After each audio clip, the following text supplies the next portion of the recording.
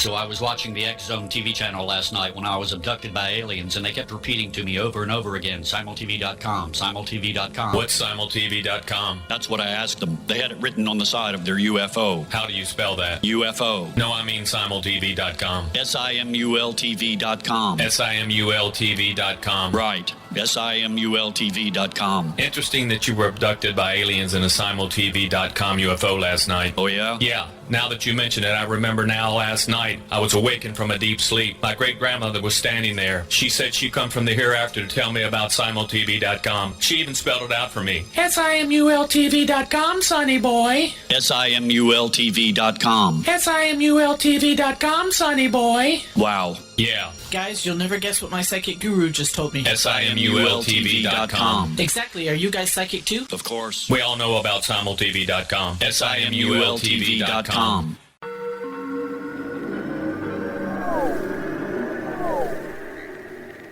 Roswell in the 21st century is a detailed re-examination of the Roswell UFO crash case. I have studied the evidence for more than 30 years, and I now put that evidence under a microscope in a cold case examination of the facts. These facts might not please everyone. They are based on my comprehensive investigation that took years to complete, but they do lead to the conclusion that whatever fell was not built on Earth.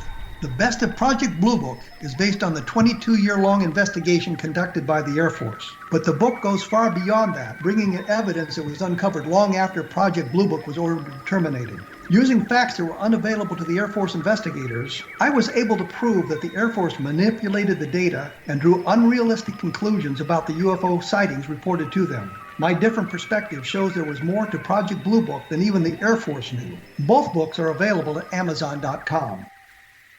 Join Patty Conklin and Healing Within Radio each week. More than entertainment, Healing Within offers educational, useful tools for everyday life. Listen for help overcoming fear, anxiety, and depression. Patty knows about eliminating cancer, MS, dementia, Parkinson's, and a host of illnesses that we face every day. Life can be good. Life is good. All you need are simple tools to start changing your life. Start right now by visiting pattyconklin.com, PATTICONKLIN. No matter where you are in the world, you can work with Patty through Skype, phone, or in person, visiting one of her retreats in Georgia. Visit pattyconklin.com today or call our offices at 404-474-0086. That's pattyconklin.com or call 404-474-0086.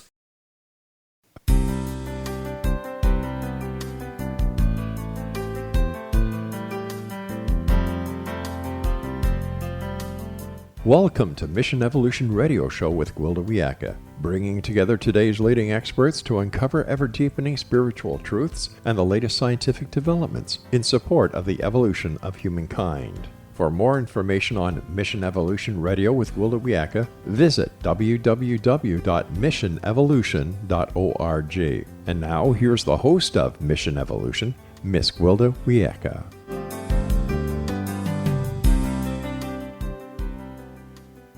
Hello, my visionary friends, and thank you for joining me, Gwilda Wiyaka, on another exciting adventure into future possibilities. This is Mission Evolution, where we share innovative thoughts and information with today's leading esoteric and scientific experts supporting the co-creation of a better tomorrow. You, my treasured audience, are a very important part of this discussion. Email info@missionevolution.org with any comments or questions. We'll address them on the very next show. So grab your pen and pad, take notes, sit back, and enjoy. This hour will consider creative aging in a world of upheaval. Not 6 months ago, we had various formulas to responsibly prepare for our latter years. There were challenges, but also strategies to work around them in order to secure a comfortable financial future. Now, in 2020, the year of total upheaval, all bets are off. The only sure thing is that everything is drastically and rapidly changing. The very things we thought we could rely on are going up in smoke, literally. How can we find our way through these wild times and secure our future? What tools are out there to financially navigate through the current storm? How can we creatively work with the new circumstances? With us this hour to contemplate how disruptive events may be affecting aging and retirement is Sara Zeff Geber. She's the author of award-winning book Essential Retirement Planning for Solo Agers, a retirement and aging roadmap for single and childless adults. In 2018, she was a recipient of Influencers in Aging, designated by PBS Next Avenue. Sara is a retirement coach and professional speaker on retirement and aging. She's developed a specialty niche working with solo agers, people who have no children or are aging alone. Her website, sarazeffgeber.com. Sara, on behalf of our listeners and myself, thanks for joining us on Mission Evolution. Thank you, Gwilda. I'm happy to be here. You have a doctorate's degree, yes? Yes. And what is that in? It's in organizational behavior and counseling. Oh, interesting. Where'd you get that? At Golden Gate University. It was actually a joint program with San Francisco State University. Nice. How'd you become interested in aging and retirement? Well, it's sort of interesting. I was doing a lot of leadership development, part of management consulting, and I ended up doing a lot of executive coaching. And long about 10 years ago, I noticed that not all, but most of my baby boomer age clients were wanting to talk at least as much, if not more, about their retirement plans than their strategic plans. So would you back up a little and tell me a difference between strategic plans and retirement plans? Well, strategic plans have to do with their business. Okay. Mm-hmm. Or whatever organization or department they were running within a large business. And of course, their retirement plan needs no definition, right? So you speak of solo agers. What is that?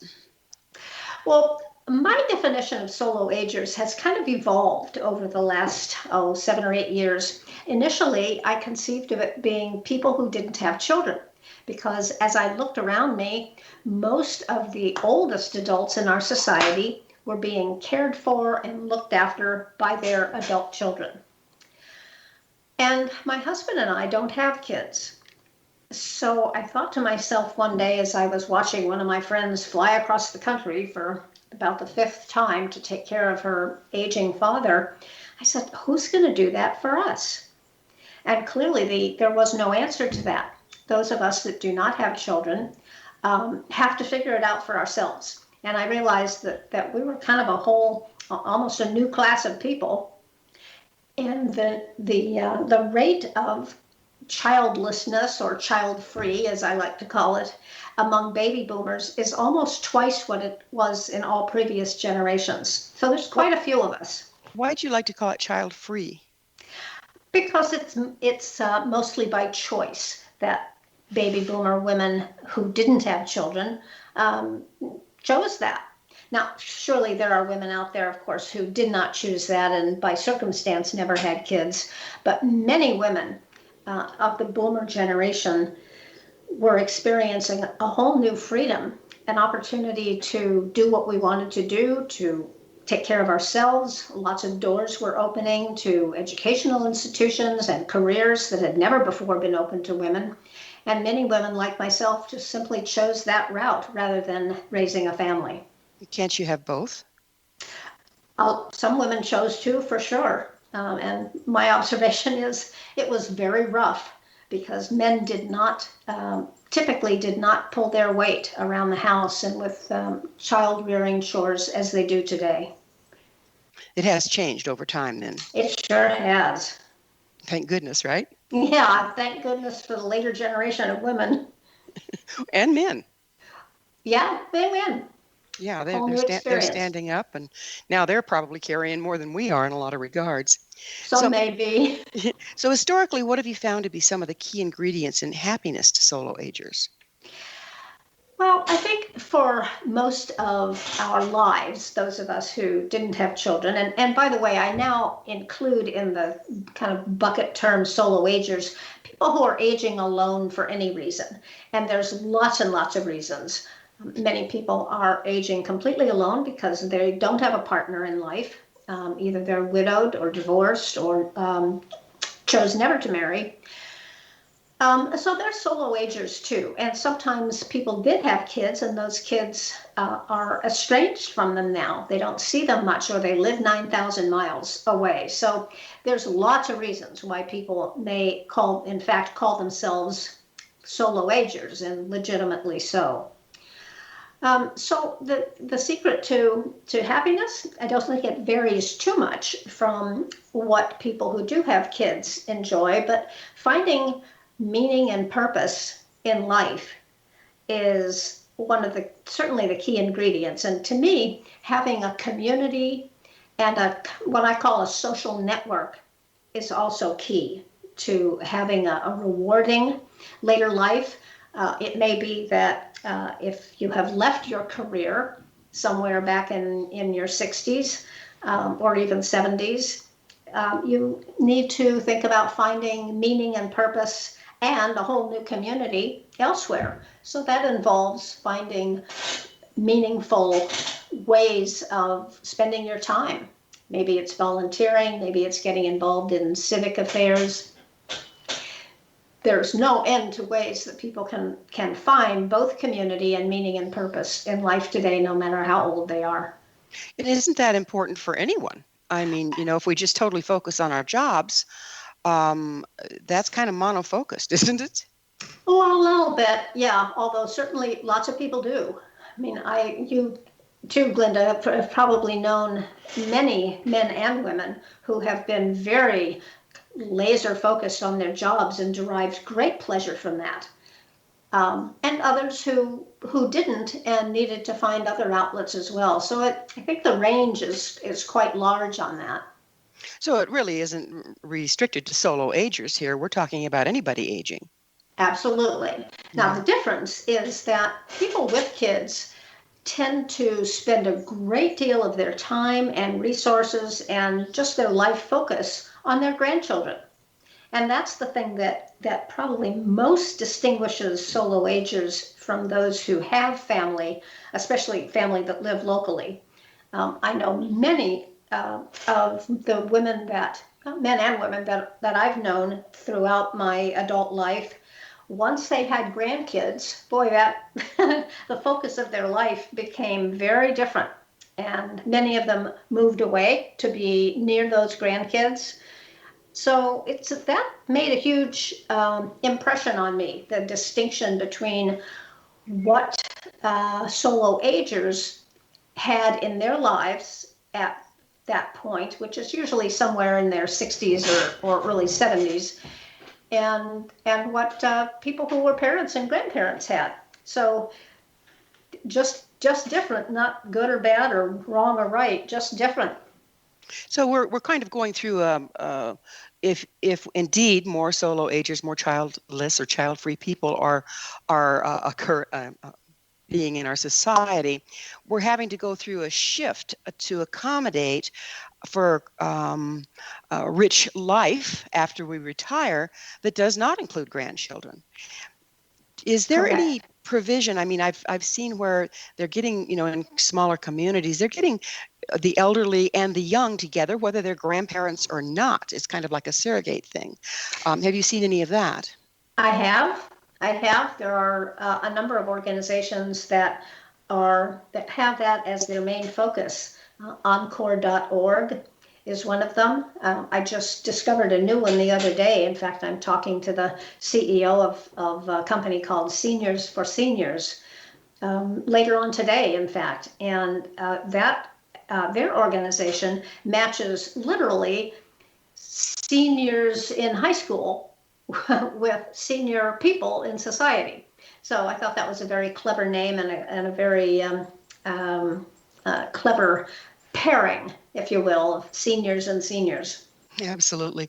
Well, it's about time for a commercial break. On the other side, I would like to look at what we've lost as a society in the process of not including our seniors, whether they're physically related to us or not. So it is time for that break. Sarah and I will return shortly, so don't go away. You're listening to Mission Evolution, coming to you on the X-Zone Broadcast Network, www.xzbn.net.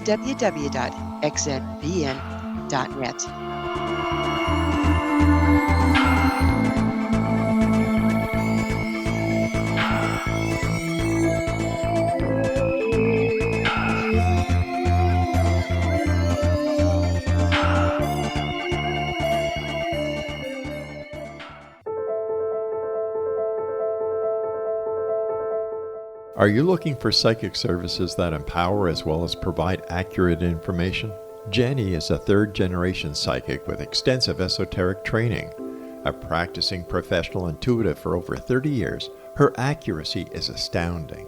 While most psychics can read what will happen to you if you don't change directions, Jenny understands the future is subjective.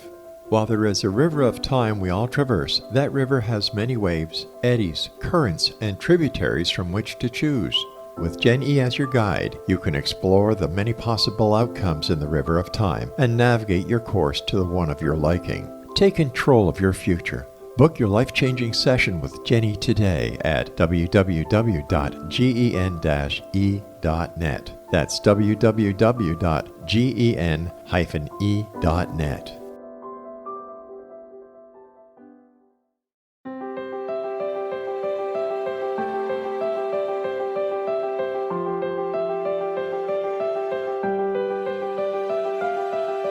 Mission Evolution is dedicated to the well-being of the planet and animals, as well as the evolution of humankind. One major factor threatening all three is increasing toxicity. Heavy metals and other environmental toxins are poisoning our bodies, deteriorating our brains, blocking our spiritual connection, and shortening our lives. Yet these poisons are extremely difficult to remove. I'm Gwilda Wiyaka, and I recently became aware of a product created from the marriage of nature and nanotechnology called Vitality. It's formulated from zoolite, whose crystalline structure binds toxins, gently carrying them out of the body.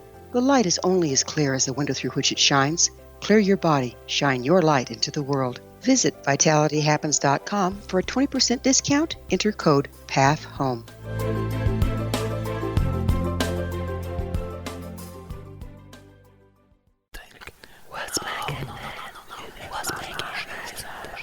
In the mid-1990s, I was approached by a young woman who believed she'd been abducted by alien creatures. In conversations, I began a journey that took me not into the world of interstellar travel, but back through time into past lives. Under hypnotic regression administered by a professional rather than describing abduction, Jenny, as she is called, begins to tell a tale of horror in 19th century London. Her unbelievable past life seems to connect with Jack the Ripper and other monsters of the past. Throughout the session, Jenny provides a rich detail of her past lives that links some of the most horrific killers in history to one another. Using the resources of a university library in the pre-internet's day, I was able to verify some of Jenny's claims. She has knowledge that wasn't readily available to a suburban housewife. Does this prove the reality of her tales? Conversations attempts to answer that and other provocative questions. Conversations is available at Amazon.com.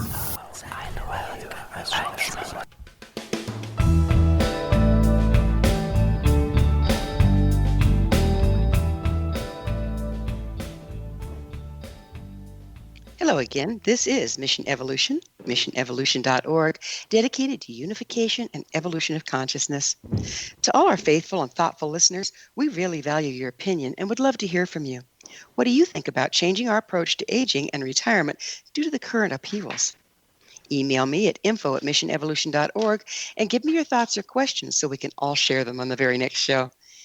This in from a member of our audience regarding the episode It Takes Two to Tango, Evolving Beyond Abusive Relationships.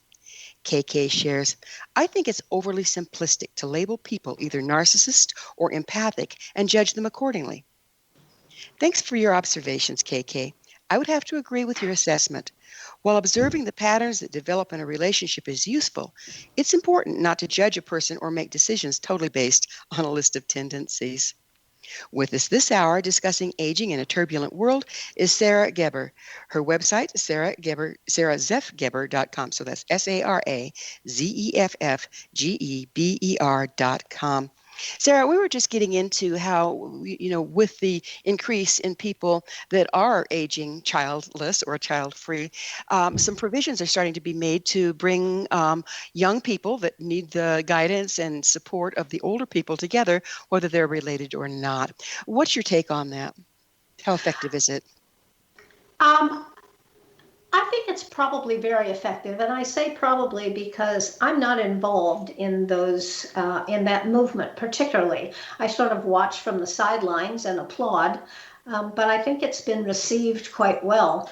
Mark Friedman, who founded Encore.org, originally Civic Ventures, wrote a book recently called How to Live Forever. wonderful name, but the content of the book is certainly has nothing to do with medically living forever. It has to do with living forever through others, and it is all about bringing the generations together. So I think that's a wonderful thing. The more we bring generations together, the more they can learn from each other, the more they have to offer each other, and the more they learn to respect each other. So I think it's terrific. You speak of being aware of who we are as we age, and what we value is an important part of our well-being. Would you go into that a little bit for us? Yes, I think that when we get to a certain point in life, it's important for us to kind of sit back and take stock once again of our values. What is it that's important to us in life? Now, sometimes values don't change much from the time that we're in our late teens or early 20s till we're in our 60s or 70s or beyond, but sometimes they do. Life teaches us lessons, and sometimes those lessons lead to a change in our values. So in order to find something meaningful to do with your life in its later decades, it's important to understand what you value, what's important to you, what do you care about. When I do coaching with people who are in that retirement transition, I put them through a whole values clarification exercise, much like they probably did when they were getting out of college or getting out of high school and wanted to find the right career for themselves. Because in a sense, you're kind of starting over with a brand new phase of life. And my gosh, these days, many people can expect to live well into their 90s and even 100s. We know that something that we've lost from indigenous times is we always had these rites of passage. Mm-hmm. And so during those rites of passage, a person would take on a different identity, different values, different roles. And we don't have those, to our detriment. Do you see any way of bringing that back? Rites of passage. Well, I think retirement itself is somewhat of a rite of passage, although today retirement has become almost a bad word. Nobody likes to think about retirement in the way that our parents did. Very few people leave a job after 40 years with a gold watch and looking forward to a few years of playing golf or sitting in a Barcalounger watching TV. That's just not what the baby boom generation has in mind for their retirement. So what do they have in mind? I don't know. I think most baby boomers today have in mind a much more active retirement, where they may have throughout their working years been having put off a lot of the travel that they want to do, or working for causes they believe in, whether they're political causes or animal rights. It just could be anything. But okay, almost. Go ahead. So interstage left 2020, and all the rules are changing. Now we have social distancing. We can't travel. How does this impact who and what we thought we were, and how can we work with it? Well, I know that in some ways what we're experiencing right now with this pandemic is going to change our society. It may change individuals. It certainly will change individuals who have suffered great loss from this, maybe watched a partner or another loved one die from this disease. On the other hand, we will get to the other side of it. It will end, and we will be back where we started, trying to put the pieces of our plans for later life back together. So I think it's important not to lose sight of that. And to get through this as best we can, but it's not going to last forever. Well, it looks to me like there's going to be pretty profound economic repercussions, just as a result of what we've gone through so far, not to mention the second wave. How can we adjust our plans, our financial planning for our elder years accordingly? I think we have to wait. I think we have to wait and see what life looks like on the other side of this. The only thing that I can tell people now, and this is where my expertise and really anyone's expertise comes to a screeching halt, and we're just kind of making it up as we go because nobody's been here before. But I think I encourage people to be patient. I think it's an important point because we have not been here before. On the other hand, all the scarring and post-traumatic stress disorder from the last depression is still with some people of our elder generation. What can we learn to maybe mitigate that a little bit for this go around? And what can we learn from those people that have been through it before? I think, once again, that we need to listen to one another. We need to be patient. We need to be kind. Some of that sounds a little trite, but honestly, I don't think anyone has the answers. I don't think anyone has a silver bullet for this. We're just going to have to make our way through it as best we can. Just, I know this is a guess, but how long do you think this is going to be impacting us? Probably for several years. And the backwash of it will be impacting us for at least a decade. Right. And and I'm no expert on finances for sure. I understand. Like I said, I understand it was a guess. But now we're being impacted with this rioting and this crazy making stuff. How is that affecting us financially and our ability to retire securely? I don't know. I don't know the answer to that. I do know that we're seeing the beginnings of a movement of people out of the cities. And I don't think it's because of the riots. I think it's more because the density and the pandemic. And people are saying, do I really want to be a city dweller anymore? And, before this, urbanism was the in thing. Everybody wanted to go live and work in the city, or at least live in the city, even if they didn't work there. And now I'm not so sure that that's going to continue, because what you have with urbanism is high density, high potential for contagion of anything.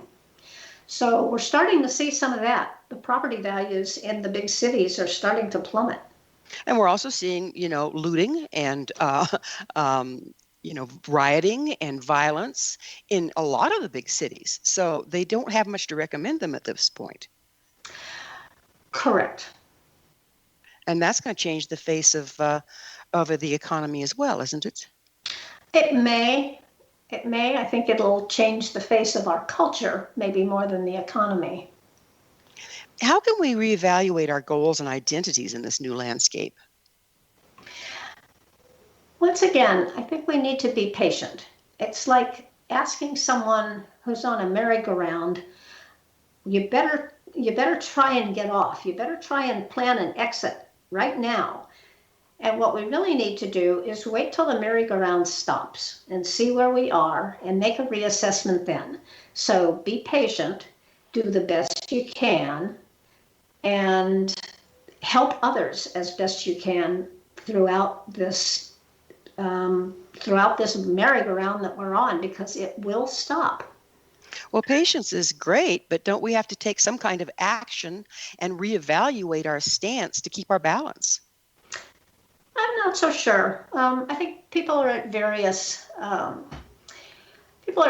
places with this. Some people are in great need of some therapy, and I hope that they're getting it. It has been very jarring to people both mentally and physically, and I hope people will reach out for help that are feeling like they're really becoming unhinged by this, and many people are.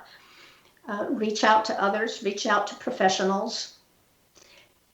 But again, hang on for the ride, because we're all in this together. Nobody's escaping this.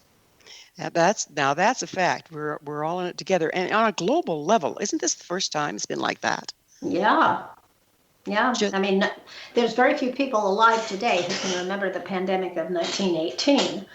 And I think it probably had a similar feel. But again, you'd have to be 102 to remember that. And even then, you probably wouldn't remember it because you would have been too young. Exactly. You're 102 and you don't remember anything anyway. Well, it's time for another commercial break. Sarah and I will return to our discussion shortly. So you stay right there. This is Mission Evolution. We're coming to you on the X-Zone Broadcast Network, www.xzbn.net.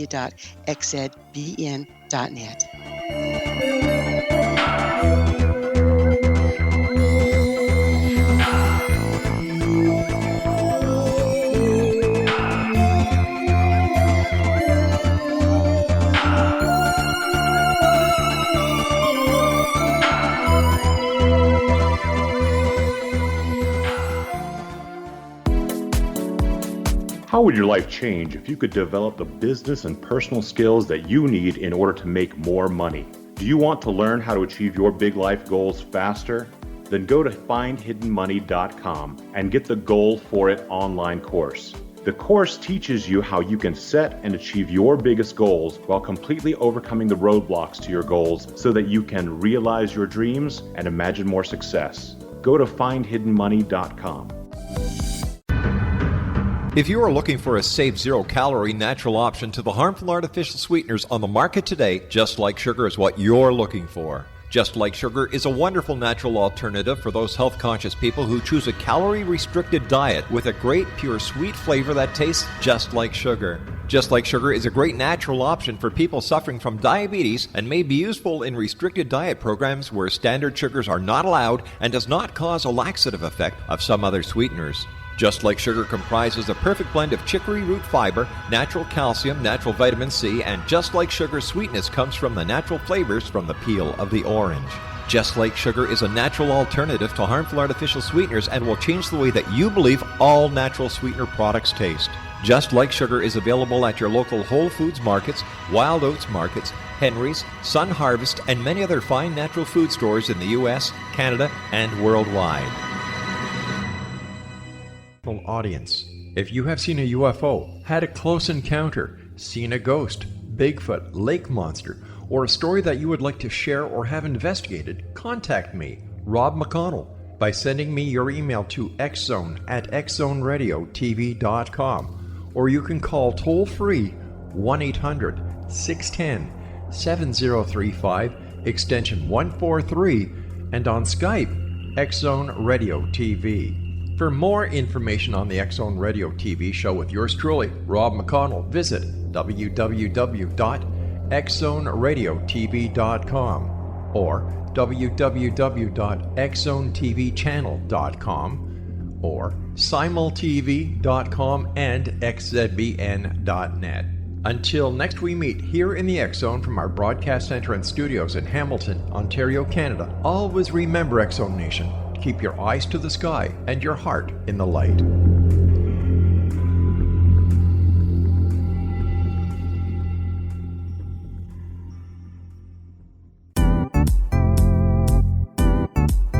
Memorable dynamic presentations are a not-so-secret weapon in the business world.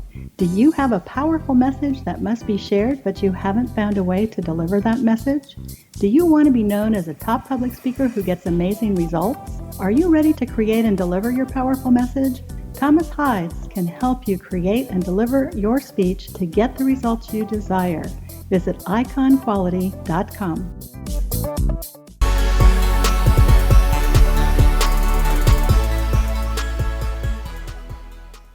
Welcome back. This is Mission Evolution. Did you know our entire leading-edge information-packed episode collection is available to listen or download with our compliments? Visit our archives at www.missionevolution.org for our ever-growing selection of guests and topics. Our guest this hour is Sara Geber. We're speaking about aging during turbulent times. Her website, sarazeffgeber.com. Sara, we were getting into how, as we're moving through these times, this pandemic, and all bets are off, we just have to sit back and watch and wait. But we also, in the same process, are going to have to reevaluate how we relate to the world around us, aren't we? Yes, we will. We will have to, again, exercising patience is important in that.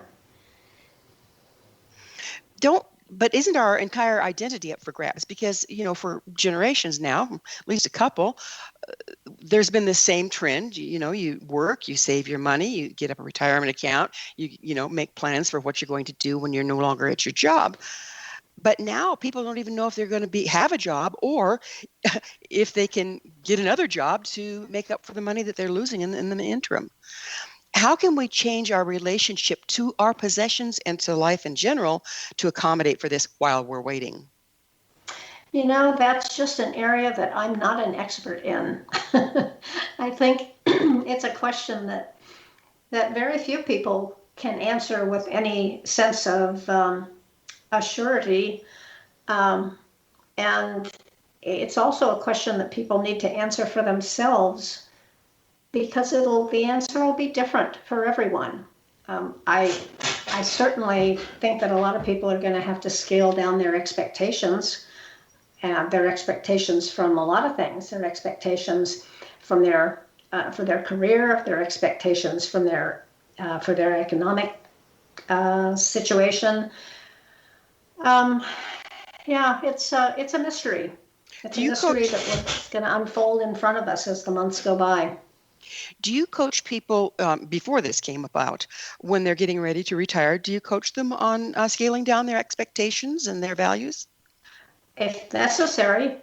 Sometimes it's not necessary. A lot of people come to me for retirement coaching, not because of their economic situation, but because they need to be better prepared emotionally to leave a career that has given them a sense of identity for probably between 30 and 40 years for most people, and now they're leaving that. And they need to figure out what they're going to say when somebody asks, well, what do you do? Mm-hmm. So, but none of your degree was in psychology, right? Yes, it is. I have a bachelor's in psychology. I have a master's in guidance and counseling. Perfect. So you're able and skilled in that area, so that you can coach people into how to reevaluate their identity and adjust to the new circumstance. Sure. Most coaches do that. How do you see COVID-19 and the forced isolation impacting solo agers? Oh, I've written several articles on that, actually. I have a regular blog post in Forbes.com, and most of my last blog posts have been somewhat related to how do we cope with isolation, and that has been very challenging, especially for solo agers, people who live alone, and really anyone of any age who lives alone has had to find ways to connect with people. And that's why most of us wish we had bought stock in Zoom, right? Because it's having quite its day in the sun. I spend a lot of my time on the computer having Zoom meetings or just Zoom social events, dinners and lunches with friends, one other person, or a group of, my husband and I have a group of 11 of us that meet once a week on Zoom. So we've had to find new ways of doing that. We've had to find ways to occupy our time and ways to occupy our minds. And, you know, my sense is that most people have done pretty well with that, whether it's sewing masks. Many women, especially women, some men too, who have some experience with a sewing machine, have discovered that they can help out by making masks. And hundreds of thousands of masks have been made by individuals and sent into organizations that distribute them to where they're needed.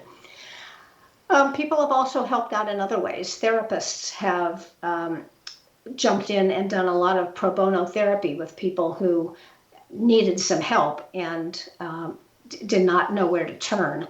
So people are finding ways not only to cope, but to help. And that's important too, because once you find a way to help, you have really found a way to make your own life meaningful. You know that we've been talking about the negative impact. What about the positive things that we're learning, like returning to community, helping out, thinking about each other instead of just ourselves and our jobs? What do you see going on there? In the community, I think it probably differs from one community to the next. The community that I live in, it's kind of a small city. I live in a city of about 250,000 people. Within a fairly rural county, and we've been encouraged to reach out in a number of ways to help our neighbors. We've been encouraged to, especially for younger, more able people, if they know that they have older people in their neighborhood who might have greater needs and might not be as able to get around, to be of help. And we see a lot of that happening. So I think it's neighbors helping neighbors is one of the things that communities are doing. And, you know, being isolated in our own homes, do we become more aware that we have neighbors and that they might have needs than before when we were busy running, you know, from our home to our job to the store, etc.? I think absolutely. the answer to that is a big yes, because one thing that most of us are doing is a great deal of walking, and our neighborhoods are where we walk. There's no real point for most people since the parks are closed in many states. They're starting to open up now, but for the last couple months they've been closed. So most people are just walking in their neighborhood, and you see people that you haven't really gotten to know, and you wave and you have socially distanced conversations.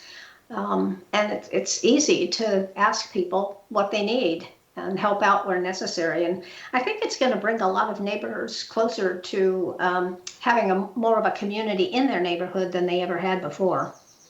And that seems so important right now. Also, I think what do you think about the change in people's attitudes towards staying at home and finding ways of working from there and socializing from there and not driving around so much?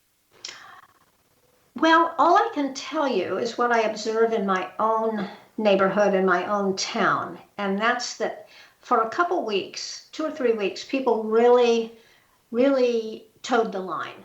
There was hardly anybody out on the roads.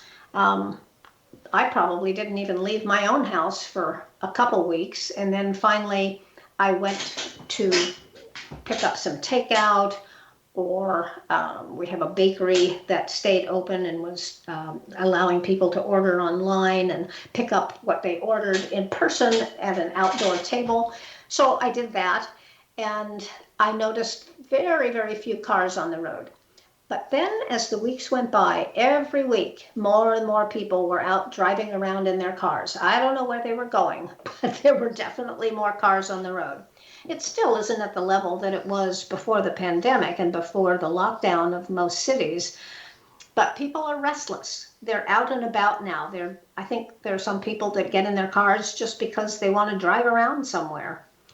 Well, So let's draw on your psychology background. What impact do you think this has had? I mean, people have used their driving around, running around, focusing on work, all that, to kind of avoid some of their own issues. And now here we sit stewing in our own unprocessed stuff in our homes. How much do you think that's impacting some of the violence we're seeing and some of the restlessness we're seeing? It probably has some impact. I think it's. I don't want to get into a political discussion here. No, we do not. No, but I think it has some impact. I think it has maybe had some positive impact. I think young people who might have been too busy to get politically active in the things they believed in have now gotten more active. So it's probably had both positive and negative effects. So let's change gears a little bit. The tendency as we age is to become less flexible, okay, historically. And yet these times require extreme flexibility. How can we adapt? How can we become more flexible? Well, I think that's a good question, Wilda. And I think in some ways it's true that as we get older, we become more kind of set in our ways. We have certain things that we like to do, certain things that we like to eat, certain places we like to go, and they become routine, and they become kind of grooved into who we are and what we do in life.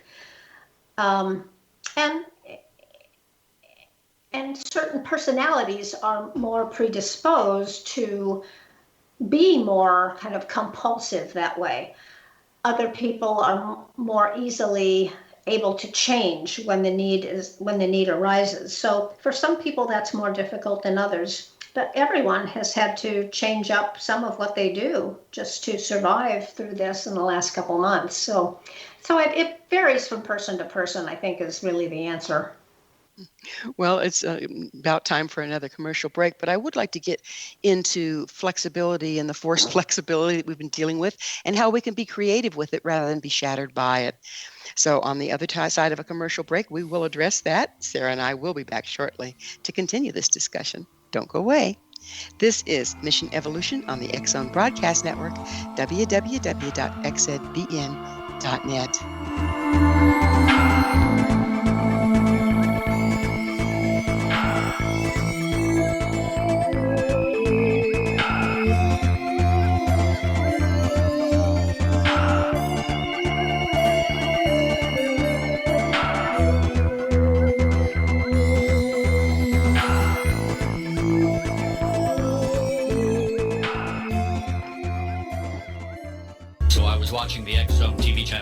night when I was abducted by aliens, and they kept repeating to me over and over again, simultv.com, simultv.com. What's simultv.com? That's what I asked them. They had it written on the side of their UFO. How do you spell that? UFO. No, I mean simultv.com. simultv.com. simultv.com. Right. simultv.com. Interesting that you were abducted by aliens in a simultv.com UFO last night. Oh, yeah? Yeah. Now that you mention it, I remember now last night I was awakened from a deep sleep. My great-grandmother was standing there. She said she come from the hereafter to tell me about simultv.com. She even spelled it out for me. simultv.com, sonny boy. simultv.com. simultv.com, sonny boy. Wow. Yeah. Guys, you'll never guess what my psychic guru just told me. simultv.com. Exactly. Are you guys psychic too? Of course. We all know about simultv.com. simultv.com. In the mid-1990s, I was approached by a young woman who believed she'd been abducted by alien creatures. In conversations, I began a journey that took me not into the world of interstellar travel, but back through time into past lives. Under hypnotic regression administered by a professional rather than describing abduction, Jenny, as she is called, begins to tell a tale of horror in 19th century London. Her unbelievable past life seems to connect with Jack the Ripper and other monsters of the past. Throughout the session, Jenny provides a rich detail of her past lives that links some of the most horrific killers in history to one another. Using the resources of a university library in the pre-internet day, I was able to verify some of Jenny's claims. She has knowledge that wasn't readily available to a suburban housewife. Does this prove the reality of her tales? Conversations attempts to answer that and other provocative questions. Conversations is available at Amazon.com.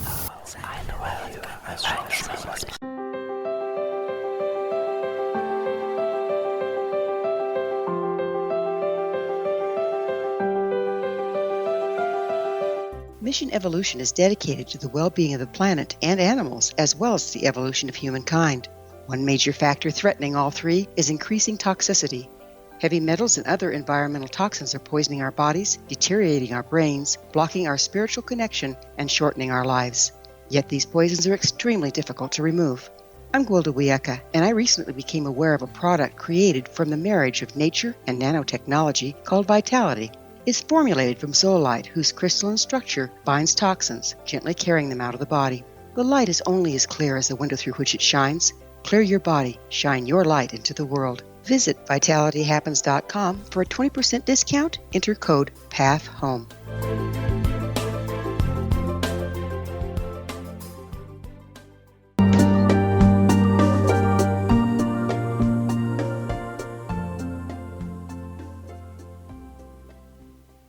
Welcome back. This is Mission Evolution, bringing together gifted people of service to the world. I love to hear from our audience. Your thoughts are very important to me.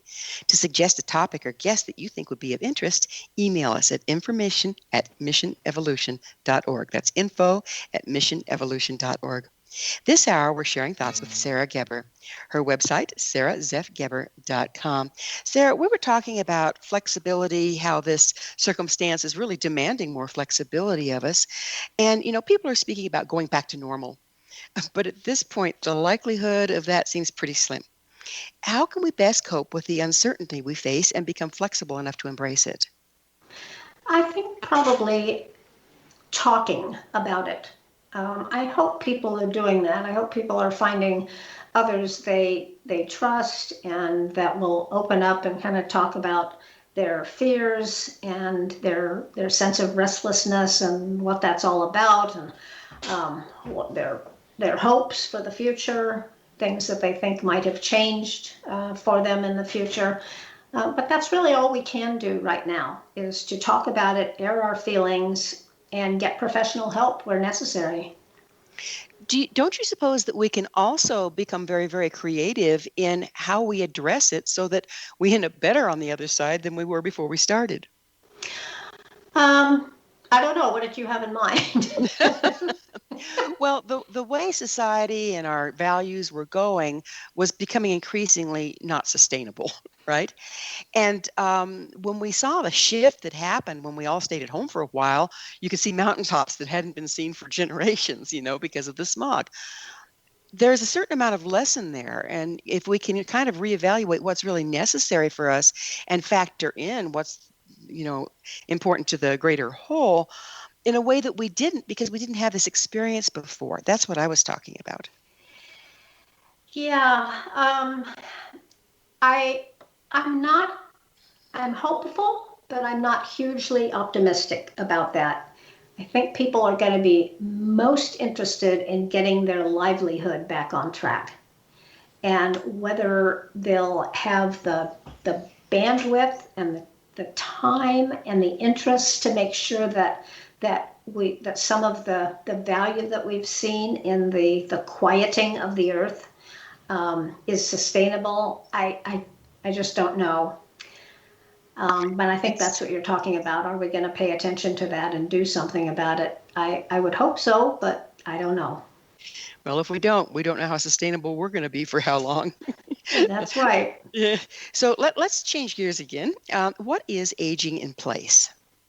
Aging in place is a term that I think may have originated with AARP, and AARP grabbed onto that phenomenon as something that most people wanted. Most people wanted to essentially grow old in the home that they knew.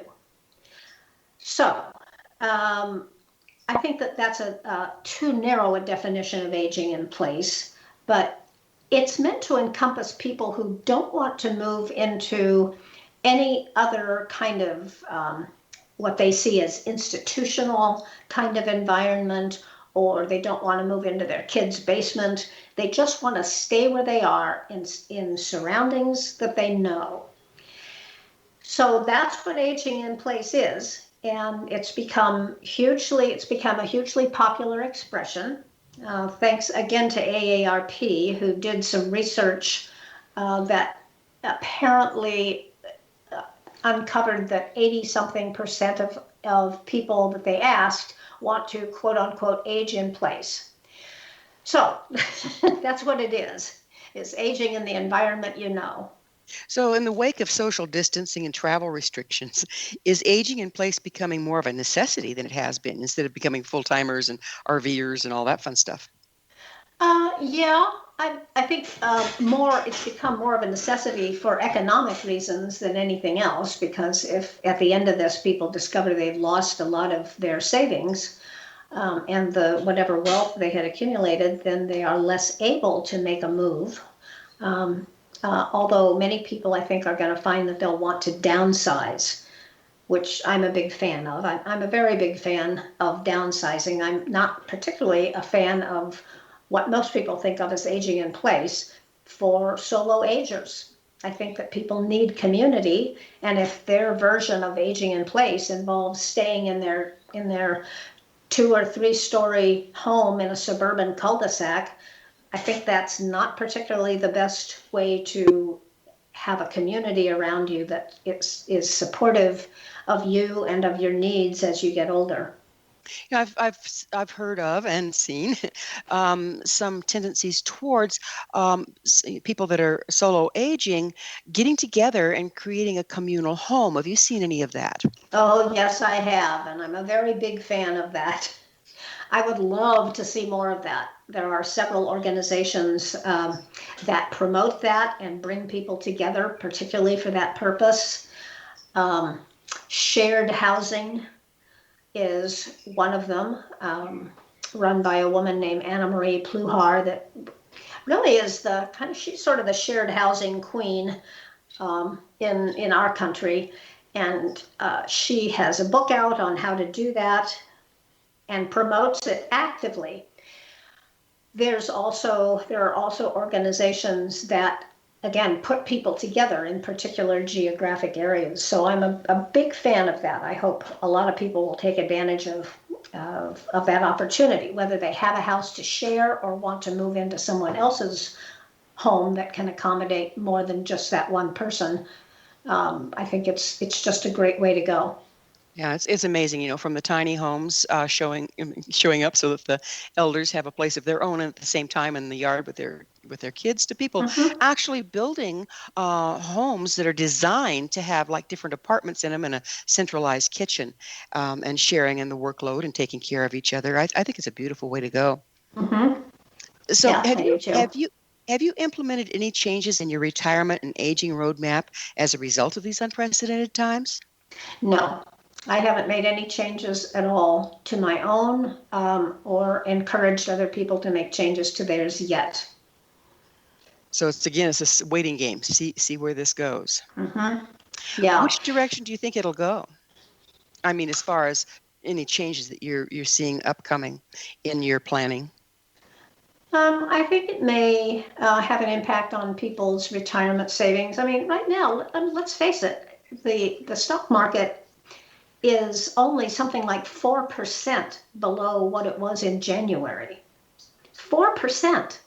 That's interesting, nothing. Isn't it? Yeah. Yeah. Now, interesting. I fully expect there'll be another dip. I think we're in for a pretty wild ride this year, but nobody knows where it's going to settle.